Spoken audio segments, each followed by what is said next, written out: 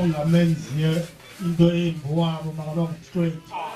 kwezinye manje ngakuthiwa 47 46 haleluya ulihlathi uligwiba makaba ngutitoyi amen phansi kwalamazwi haleluya sawujoka indwedwe mawufuza umsiki makaba ngutitoyi abamama ngazibanga makaba nguthixo bamba lolu sikete esibrown mama makaba ngutitoyi endamazwi phansi kwalamazwi haleluya ufumaneka eluncedo ezimbandezelweni makaba nguthixo uthixo ke akakhethi msubamntu uye kulintoni ngala bishop yam qala kusikabalelani uthixo akakhethi msubamntu oyena mntu amjonga kakhulu ngulo udelekileyo qala kusikabalelani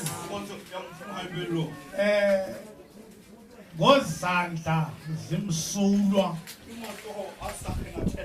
umcimbi wezandla kunzima uxole Nkosi kaMalbenani indlu kakhulu ithixwa ngeqhagi uxole Nkosi kaMalbenani iqhagi ke awulithuni kwamali yothixwa ulibamba ngesandla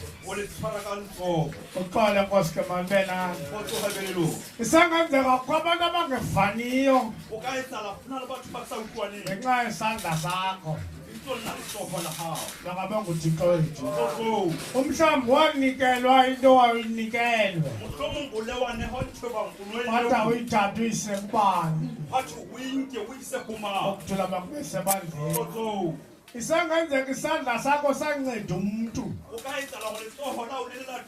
uxole Nkosi kaMalbenani isengenzeka ke isandla sakho asiklinanga kwaphela